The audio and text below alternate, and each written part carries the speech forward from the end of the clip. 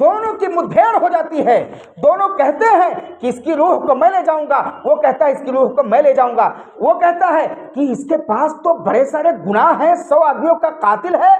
اس کی روح کو میں لے جاؤں گا. دوسرا کہتا ہے 100 آدمیوں کا قاتل تو ضرور ہے,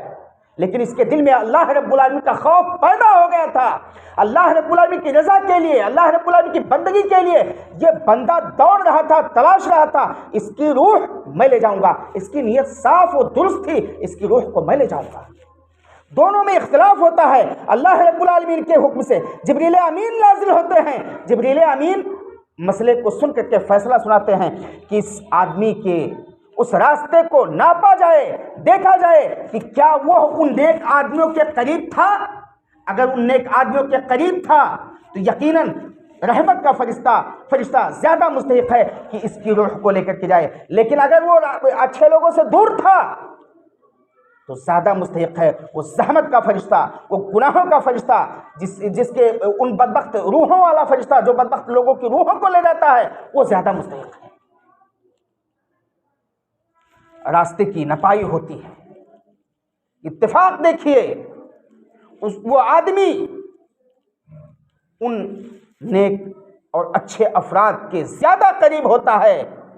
جبریل امین حکم دیتے ہیں کہ اس کی روح کو رحمت کا فرشتہ لے کر کے جائے. یعنی اللہ رب العالمین ایسے بندے کو بخش دیتا ہے. اللہ رب العالمین کی ایسے لوگوں کے لیے بخشش ہے. یعنی اخلاص ایک انتہائی محبوب چیز ہے جو ہر بندے کے یہاں اللہ رب العالمین نے ودیت کی ہے, اور ہر بندے کو اللہ رب العالمین کا محبوب بندہ بننا چاہیے اور اپنے اندر اخلاص پیدا کرنا چاہیے. قبیلہ جوہینہ کی ایک عورت جس سے زنا کا صدور ہوا, اور جب زنا کا صدور ہو گیا تو دوڑی ہوئی نبی اکرم صلی اللہ علیہ وسلم کے پاس آتی ہے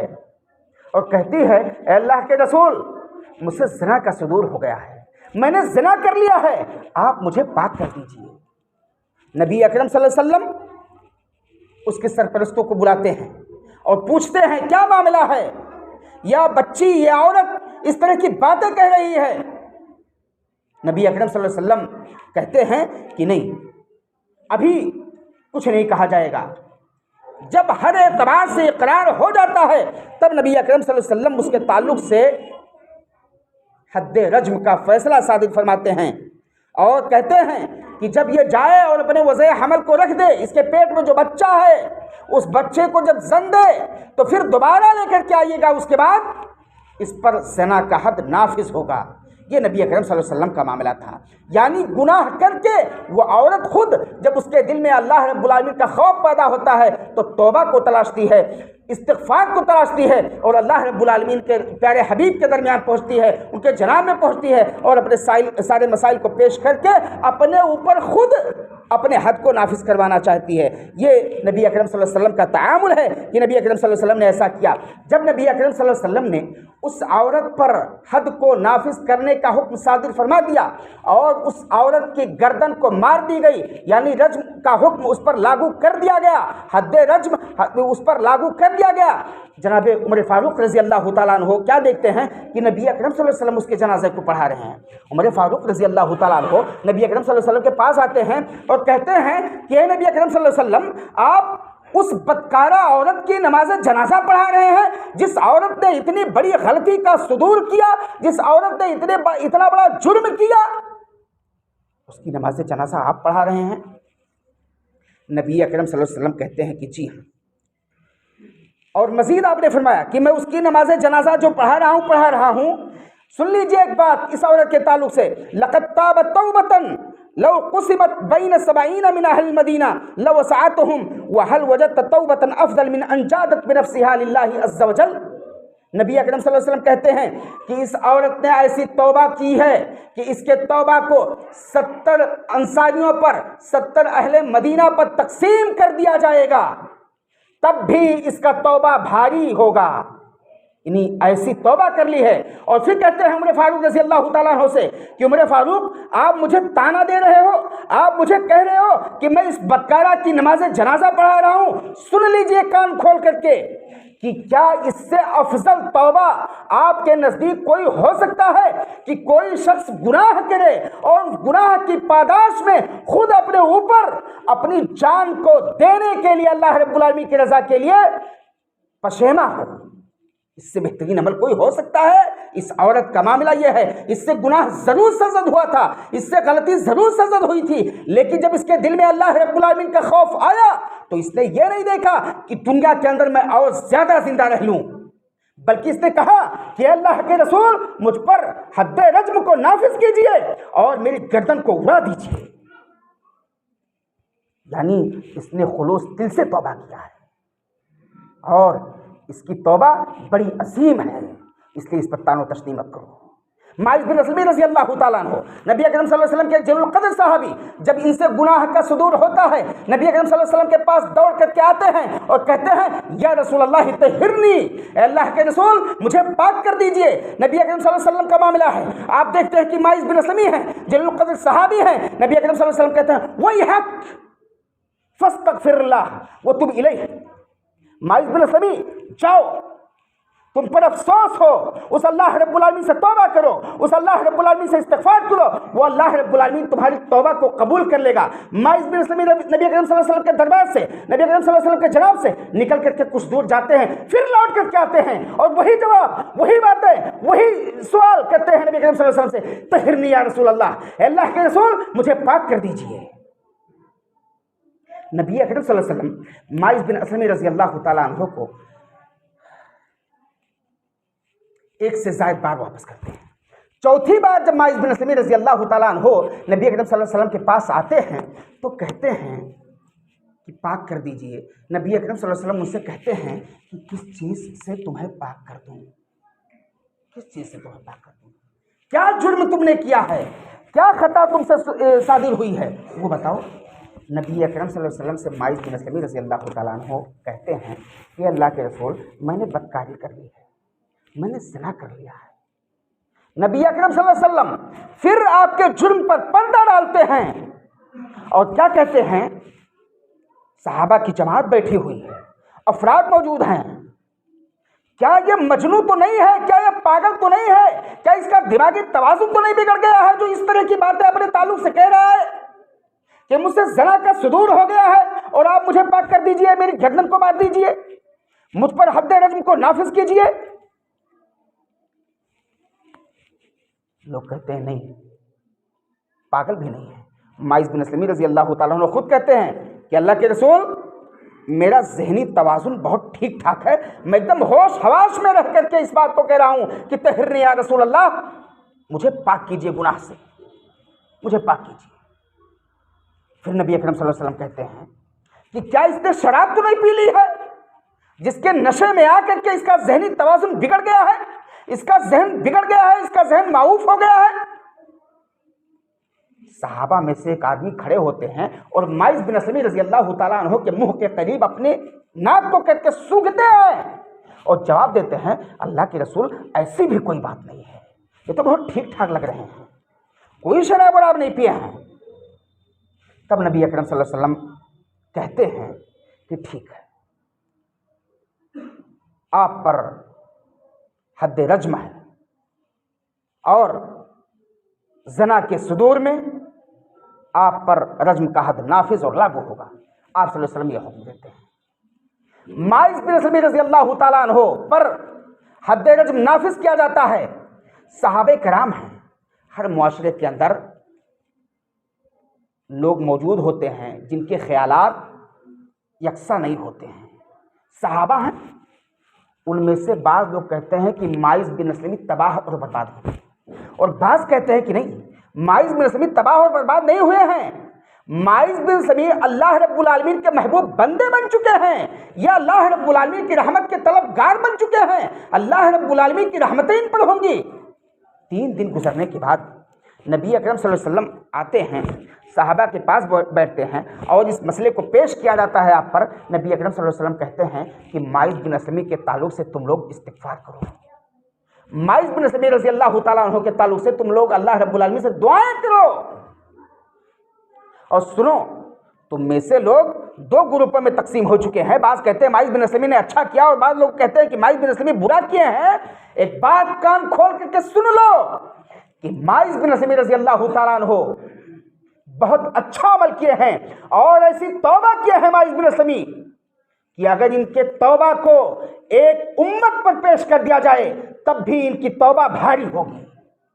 یہ تھا جذبہ صحابہ کرام رضی اللہ تعالیٰ عنہ کا. اس کے بعد غامدیہ کی ایک عورت آتی ہے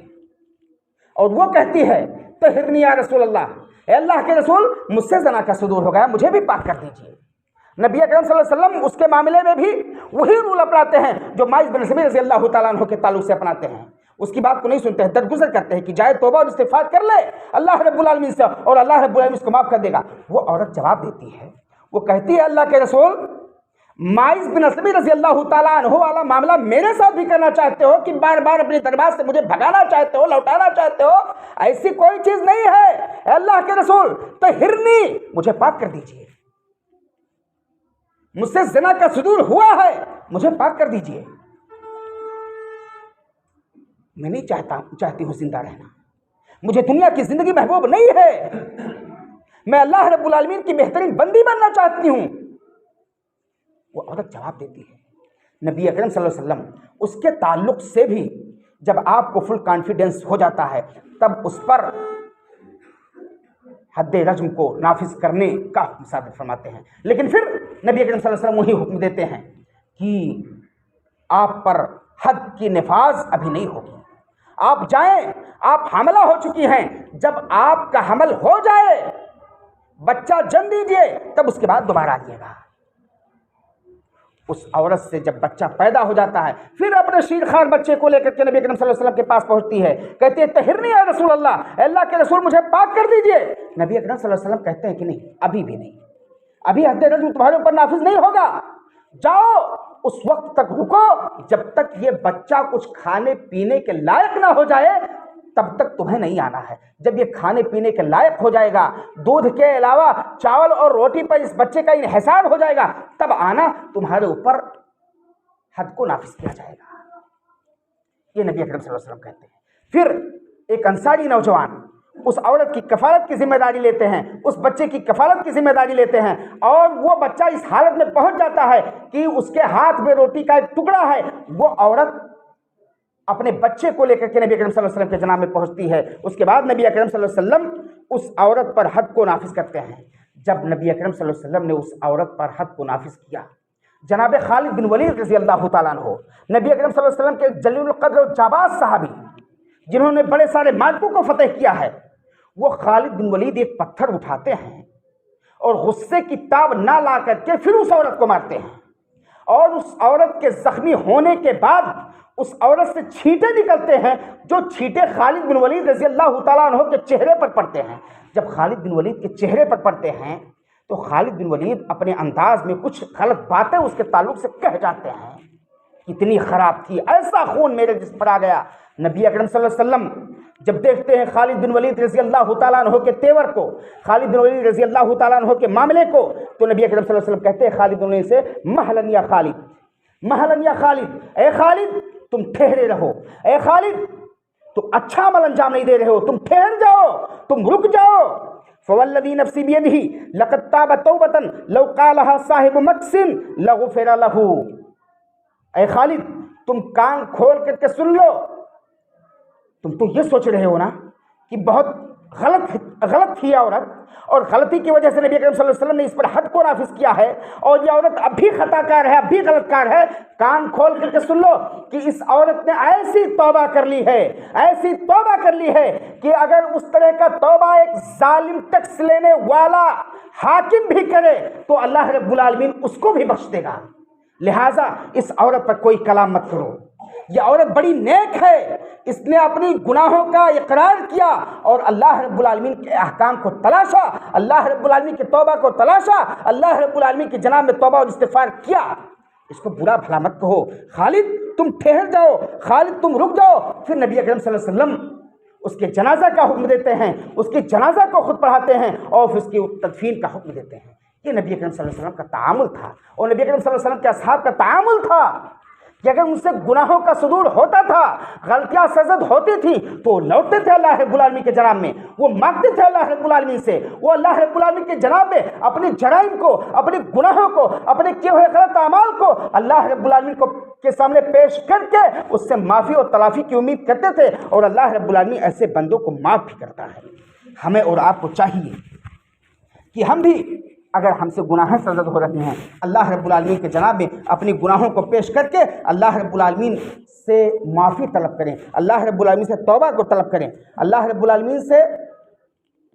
لو لگائیں، اللہ رب العالمین سے اپنے تعلقات کو مضبوط کریں۔ نبی اکرم صلی اللہ علیہ وسلم نے فرمایا،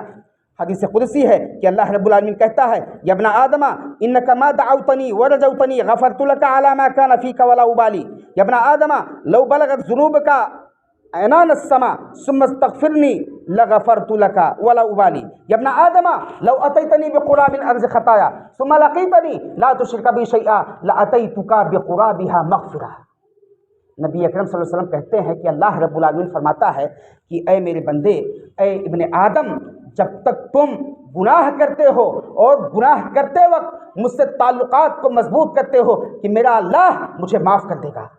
اور میرے جناب میں لوٹ کر کے مجھ سے معافی اور تلافی کرتے ہو، تو اے میرے بندو، میں تمہیں معاف کر دیتا ہوں، میں تمہیں بخش دیتا ہوں، تمہارے گناہ جیسے بھی ہوتے ہیں، اور میں تمہارے بخشنے میں کسی چیز کی پرواہ نہیں کرتا ہوں کہ تم لوگ مجھے کیا کہیں گے۔ یہ اللہ رب العالمین کہتا ہے۔ آگے اللہ رب العالمین فرماتا ہے کہ اے ابن آدم، اے آدم ذات، تم لوگ کان کھول کر کے سن لو کہ تمہارے گناہ جیسے بھی ہوں، تمہارے گناہ اتنے زیادہ ہوں کہ زمین سے لے کر کے تمہارے گناہ آسمان سے باتیں کریں، یعنی زمین سے آسمان تک بھرے ہوئے ہو گناہوں کے ساتھ، پھر بھی اگر مجھ سے امید کرتے ہو کہ میرا اللہ مجھے بخش دے گا اور میری جناب میں لوٹ کر کے توبہ اور استغفار کرتے ہو، اے میرے بندو تم کان کھول کر کے سن لو، میں تمہیں بخش دوں گا، میں تمہیں معاف کر دوں گا۔ آگے اللہ رب العالمین نے فرمایا، ابن آدم لو اتیتنی بقراب الارض خطایا ثم لقیتنی لا تشرک بی شیئا لاتیتک بقرابها مغفرہ۔ اے ابن آدم، تم کان کھول کر کے سن لو، تم جیسے بھی گناہ کیے ہو، جتنے بھی گناہ کیے ہو، تمہارے گناہ زمین اور آسمان بھر کرتے ہوں۔ زمین کے 7 طبقات ہیں، آسمان کے 7 طبقات ہیں، ساتوں آسمان اور زمین بھر کر کے کوئی بندہ گناہ کر لیا ہو، اللہ رب العالمین کی رحمت کو دیکھیں، اور اتنی گناہ کرنے کے بعد وہ بندہ اللہ رب العالمین سے التجا کرتا ہو، اللہ رب العالمین سے توبہ کرتا ہو، اللہ رب العالمین سے استغفار کرتا ہو، اس کے ساتھ وہ گناہوں کے ساتھ، زمین اور آسمان بھرے گناہوں کے ساتھ صرف ایک جرم نہ کیا ہو بندہ، وہ جرم کیا ہے؟ اگر اللہ رب العالمین کی عبادت میں مخلص رہا ہو، اللہ رب العالمین کی عبادت میں کسی غیر کو شریک نہ کیا ہو، اللہ رب العالمین کہتا ہے لَأَتَيْتُكَ بِقُرَابِهَا مَغْفِرَةً، تو تمہارے زمین اور آسمان بھر کر کے گناہوں کے مقابل میں رحمت لے کر کے تمہارا استقبال کروں گا، تمہیں موسٹ ویلکم کہوں گا۔ یہ اللہ رب العالمین کہتا ہے، یعنی اللہ رب العالمین کی رحمت اپنے توبہ کرنے والے بندوں کے تعلق سے کتنی وسیع ہے کہ جیسے بھی گناہ کیے ہوں، حتیٰ کہ شرک کا بھی معاملہ ہے، اگر شرک سے بھی بندہ مرنے سے پہلے توبہ کر لیتا ہے، اللہ رب العالمین شرک سے بھی معاف کر دے گا، لیکن اگر بغیر مرے، اگر بغیر توبہ کیے ہوئے کوئی بندہ شرک کر کے اس دنیا سے کوچ کر جاتا ہے، اس کے لیے جنت کے علاوہ جہنم ہے، اس کو اللہ رب العالمین نہیں بخشے گا۔ یہ اللہ رب العالمین کا معاملہ ہے۔ نبی اکرم صلی اللہ علیہ وسلم کی حدیث میں بڑی ساری ایسی باتیں ہیں کہ غلط امور کے انجام پر بھی نبی اکرم صلی اللہ علیہ وسلم نے صحابہ کرام رضی اللہ تعالیٰ عنہم کو مژدہ سنایا ہے کہ اگر کتنے بھی غلط کام کیے ہوں بندے، اللہ رب العالمین سے معافی طلب کریں، مخلص ہو کر کے اللہ رب العالمین کے جناب میں توبہ کریں، اللہ رب العالمین ایسوں کو بخش دیتا ہے۔ ایک ثانیہ عورت، ایک بدکارہ عورت، جب اس سے بدکاری کا صدور ہو جاتا ہے، غلطیاں صادر ہو جاتی ہیں، لیکن معاملہ کیا ہے؟ وہ ایک کنویں کے پاس سے اس کا گزر ہوتا ہے، جس کنویں کے قریب ایک کتا ہوتا ہے جو اپنی زبان کو نکالے ہوئے پانی کی تلاش میں پھر رہا ہے،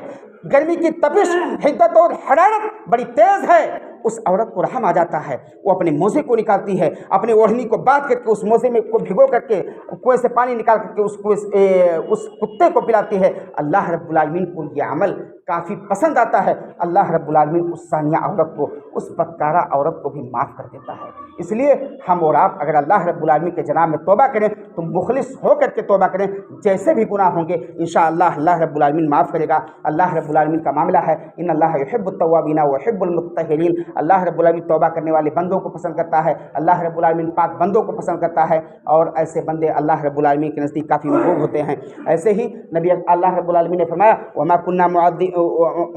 کان اللہ معذبہم وہم یستغفرون، کہ جب تک بندہ اللہ رب العالمین سے توبہ و استغفار کرتا ہے اللہ رب العالمین اپنے بندے سے عذاب کو روک لیتا ہے۔ باری تعالیٰ سے دعا ہے کہ اللہ رب العالمین تو ہم تمام لوگوں کو اپنا مقرب بندہ بنائے۔ اللہ رب العالمین ہم تمام لوگ گنہگار ہیں، سیاکار ہیں، خطا کار ہیں، باری تعالیٰ تو ہمیں توفیق دے کہ ہم تیرے جناب میں لوٹیں اور تجھ سے توبہ و استغفار کریں، اور تو ہم سب کی گناہوں کو معاف کر دے، ہماری توبہ کو قبول کر لے، آمین۔ بارک اللہ لنا ولکم فی القرآن العظیم ونفعنی وإیاکم بالآیات والذکر الحکیم، انہ تعالیٰ جواد کریم ملک رؤوف رحیم۔